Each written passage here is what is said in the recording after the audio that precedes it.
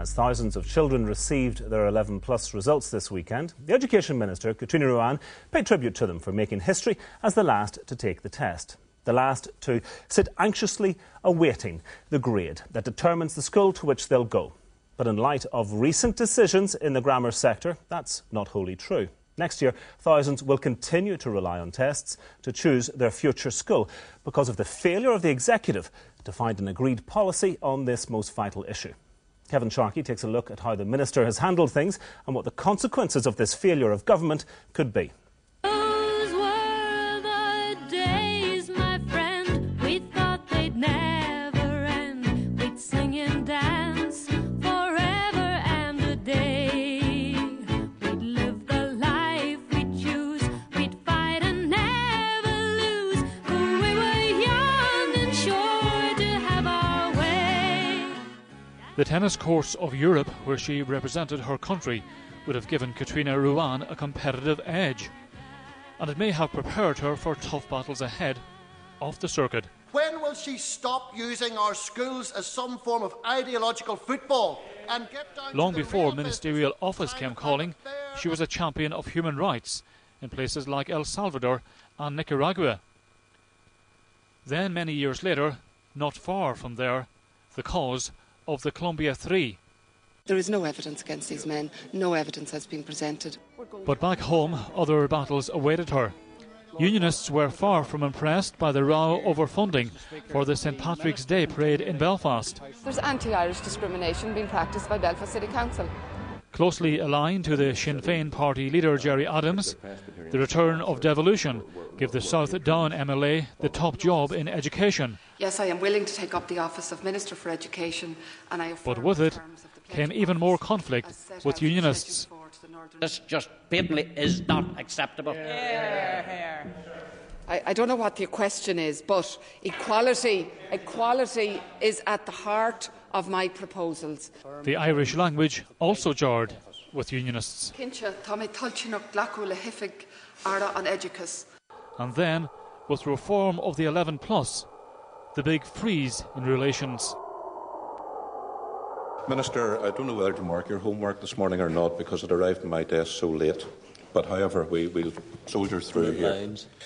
Well, first of all, it's not your job to mark my homework. So, secondly, I know change is difficult for people. That's totally unacceptable. And Minister, as far as I'm concerned, we will mark your homework.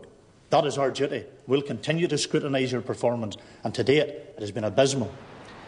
But for Sinn Féin, she's been on the crest of a wave and hoping to peak with a Westminster seat in South Down.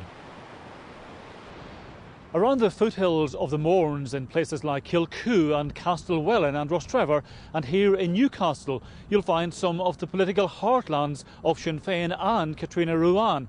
But as the political debate over education has raged up and down and all across Northern Ireland in recent times, how has it all registered here in her constituency in South County Down? But the problem for her is that it has given a distorted image of her as a human being. She comes across at times as being very strident, as being unwilling to listen to individuals, and it doesn't actually portray all of the woman. For example, she's done a tremendous amount of very good work on the ground in relation to suicide awareness. She's shown compassion and understanding and worked assiduously on behalf of families that have suffered tremendous grief.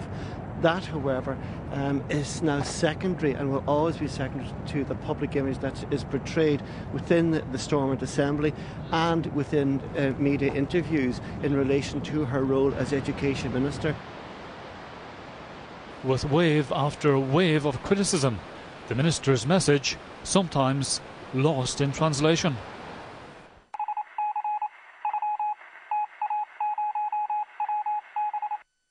The substance of the debate has been contorted and twisted and changed so many times that it's lost on that front. But I think also because the minister's been put under such terrible pressure and put in situations maybe that she wouldn't have wanted to, that I think the style of delivery and so on has been made much more difficult as well. So what's the cost if some people think part of the problem is communication? I mean, there's really no difference between parents who are thinking, what's going to happen to my P6 child next year or the year after? How many exams are they going to have to do?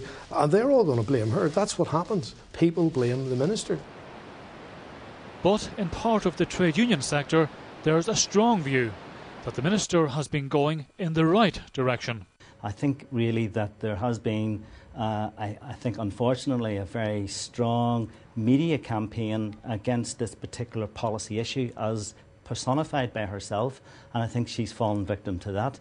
But I honestly believe that in any other circumstances, any other person attempting to do what she is doing would have fallen similar victim. They would benefit the 12,000 young people. While many believe much of the value of Sinn Féin's argument was lost in the presentation. Would any of you want your children? Would any of you want your children leaving without English and Maths GCSE? Would you? Of course you wouldn't. There's also a belief that the intensity of attacks on the minister as an individual played a part in undermining confidence. I understand that she's been making a really big effort over the months to meet all sorts of parties and has been very available and gone to all sorts of different schools. But as the tone of the political battle has become increasingly shrill, I think many of the relationships, particularly within sectors that feel very threatened or very uneasy about the future, that tone in correspondence has become shrill as well. And the whole scene has become unhelpfully polarised. So, one phase of the debate at an end, but there's more to come. And politics can be an unforgiving place. Big players on the big stage can sometimes pay a big price when they go back to their grassroots. Remember Michael Portillo and Chris Patton. So, could there be a historical footnote beyond this education debate for Caitríona Ruane? She's been damaged. There's no question that the last year in particular has caused her considerable, serious damage in the wider community.